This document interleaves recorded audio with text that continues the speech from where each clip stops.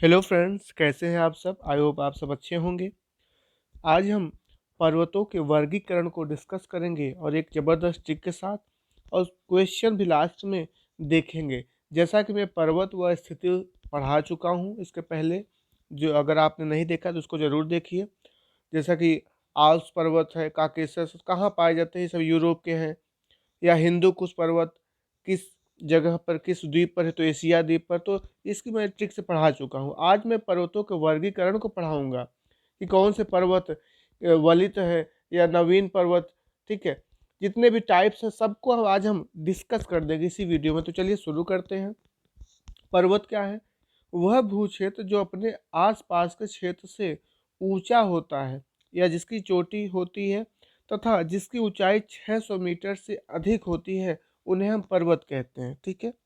और प्लेट विवर्तनिक सिद्धांत क्या होता है? दो प्लेटों के आपसी टकराव से भूपटल में संपीड़न होता है, जिससे पर्वतों का निर्माण होता है। ये तो इतनी बात हो गई। अब देखिए पर्वत कैसे हैं। तो उत्पत्ति अथवा रचना के आधार पर 5 भागों में बांटा जा सकता है। ठीक है। देखिए उत्पत्ति के आधार पर हम बांट रहे हैं। पहला है वलित पर्वत, दूसरा है ब्लॉक पर्वत, तीसरा है अवशिष्ट पर्वत, चौथा है संचित या संग्रहित पर्वत, और पांचवा है गुंबदाकार पर्वत। इनके हम सभी डिटेल में देखेंगे और इनको एक ट्रिक से कवर करेंगे जो बिल्कुल आज आपको याद ही हो जाएगा। ठीक है, तो आइए शुरू करते हैं। अब देखिए, ये तो था रचना के आधार पर, और ये है आपकी आयु के आधार पर। दो भागों में बांटा गया। एक है प्राचीन, जैसा कि आपका पेनाइन हो गया, यूरोप का अरावली हो गया, सबसे प्राचीन पर्वत अरावली है। ठीक है, भारत में है। और अल अपलेशियन पर्वत अमेरिका में है। और नूतन जो नवीन है, नवीन कौन कौन से आपके हिमालय हो गए, रॉकी हो गए, एंडीज, ये सब चीज़ें आती हैं। ठीक है, अब आइए आगे देखते हैं क्या है। अब हम एक एक पर्वत को डिस्कस करेंगे। ठीक है, रचना के आधार पर, जो यहाँ से एग्जाम में बिल्कुल क्वेश्चन बहुत बार पूछे जाते हैं। ठीक है, तो देखिए क्या है। वलित पर्वत किसे कहते हैं? वलित पर्वत, इसे मोरदार अथवा लहरदार पर्वत भी कहा जाता है। पहला पॉइंट यही, इसे जो है मोरदार या लहरदार पर्वत कहते हैं। ठीक है, और इसका निर्माण कैसे होता है? इसका निर्माण पृथ्वी की आंतरिक शक्तियों के प्रभाव से धरातल की चट्टानों के मुड़ जाने पर मोड़ पकड़कर ऊंचा उठने से होता है। इसीलिए इसको क्या कहते हैं? मोरदार पर्वत कहते हैं। ठीक है, अब इसके उदाहरण देखिए क्या है। उदाहरण, बिल्कुल ये ट्रिक बहुत ज़्यादा फेमस है, इसलिए मैं इसको यही यूज़ कर लिया हूँ। जो भाई मेरे या जो बहन नहीं जान रहे ये देख लें। बाकी आगे आपको जो है, जैसे कि आगे आपको जब ब्लॉक पर्वत है, उसके बाद अवशिष्ट, अवशिष्ट एकदम नई ट्रिक। तो पहले इसको डिस्कस करते हैं, फिर देखते हैं क्या है। एक एक डिस्कस करते चलेंगे और एकदम याद करते चलेंगे। ठीक है, तो देखिए जो वलित पर्वत की जो ट्रिक है या जो इसमें पूछे जाते हैं, इसको ट्रिक ये है कि यू आर ए हिमालय। बस यही याद रखना है कि यू आर ए हिमालय। तो देखिए यू से क्या बन गया? यू से आपका यूराल हो गया, आ से हो गया आल्प्स हो गया, र से हो गया रॉकी, ए से हो गया इंडीज और रिटलस, और हिमालय चूंकि हिमालय है ही है तो हिमालय हो गया। और एक और होता है ग्रेट डिवाइडिंग रेंज, जो कि ऑस्ट्रेलिया में। ये कहाँ पाए जाते हैं इनकी मैं ट्रिक दे चुका हूँ। जैसे रॉकी उत्तरी अमेरिका। ठीक है, तो रॉकी उत्तरी, एंडीज तो एड़े लोग जैसे मतलब दक्षिणी। तो इसी मैं ट्रिक से याद कराया हूँ। तो आज हम ये देखेंगे कि ये तो लिखा है, बिल्कुल आपको याद होना ही चाहिए। और वलित पर्वत से संबंधित कौन कौन से हैं, मोरदार से यही डायरेक्ट पूछ लेगा कि यूराल पर्वत किसका उदाहरण है, वलित का है, ब्लॉक का है। इसी तरह से 4 ऑप्शन आपको दे देंगे, तो ये आप बिल्कुल याद कर लिए होंगे। ठीक है, अब आइए आगे बढ़ते हैं। अब देखिए ब्लॉक पर्वत क्या है। ब्लॉक पर्वत क्या है? देखिए, इसे अवरोध पर्वत भी कहते हैं। जितने पॉइंट गाइस मैंने लिखा है, एक एक पॉइंट से क्वेश्चन पूछ लेता है। ठीक है, कि अवरोध पर्वत किसे कहते हैं? तो ब्लॉक पर्वत को ही अवरोध कहते हैं। इसका निर्माण कैसे होता है? तो भूगर्भ में होने वाले तनाव व खिंचाव के फलस्वरूप होता है। और रिप्त घाटी किसे कहते हैं? तो इन्हीं के बीच में धंसे भाग को क्या कहते हैं? रिप्त घाटी कहते हैं। ठीक है गाइस, बिल्कुल आप समझ चुके होंगे यहाँ तक तो बिल्कुल। अब इसका उदाहरण देखिए क्या क्या है। ठीक है, उदाहरण,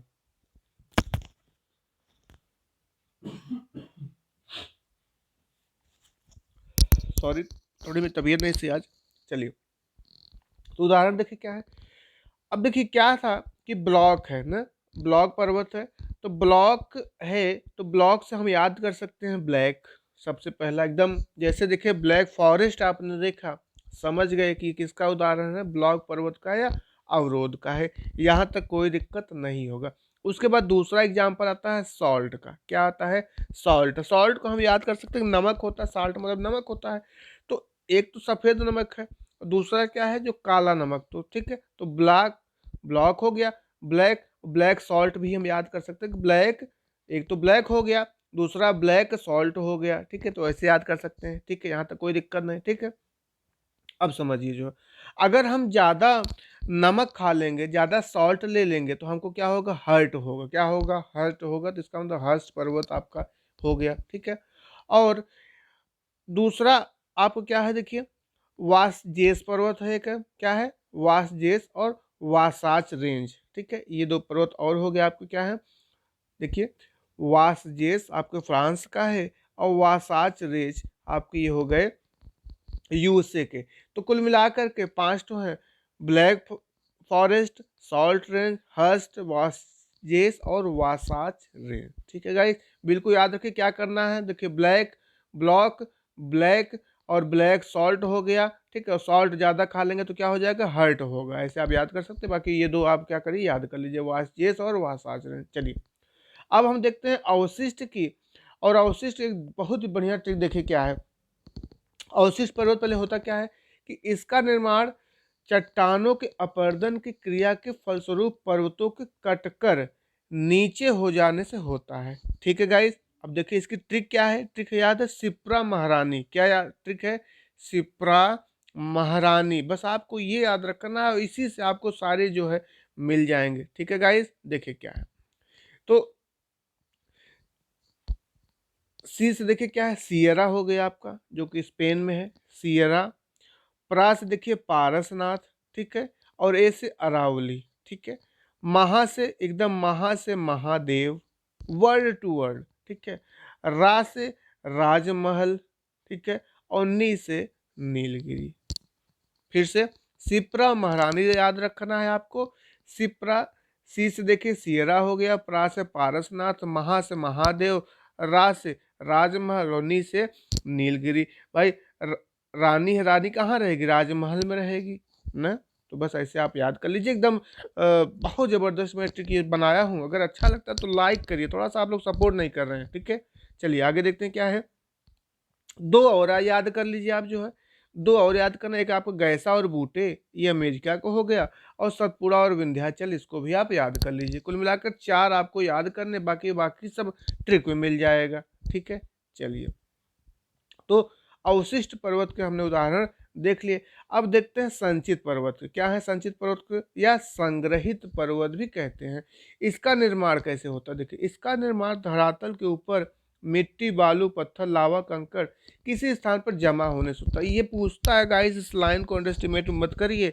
ये दे देगा कि ऐसा कौन सा है पर्वत जो मिट्टी, बालू, पत्थर, लावा ये सब इकट्ठा होने से किसी स्थान पर कौन सा पर्वत बनता है, वलित बनता है, संचित बनता है, ठीक है, या गुम्बद बनता है। तो बिल्कुल आपको संचित या संग्रहित, देखिए ये सब कहीं इकट्ठा होगा। संचित का मतलब है क्या? संचित माने कि इकट्ठा करना, बचाना। तो ये सब कहीं जाके इकट्ठा हो गए ना। ठीक है, इकट्ठा हो गए तो क्या वही हो जाएगा ना। चलिए, इनके उदाहरण देख लीजिए क्या क्या है।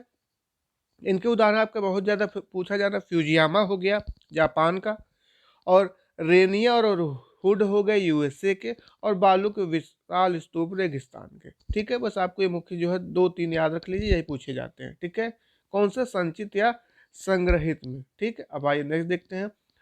लास्ट है गुंबदाकार पर्वत जो है। ठीक है, ये कौन है? देखिए, पृथ्वी के अंदर, पृथ्वी के अंदर का लावा या मैग्मा बाहर निकलने की क्रिया में धरातल की ऊपरी परत पर दबाव से इसका निर्माण होता है।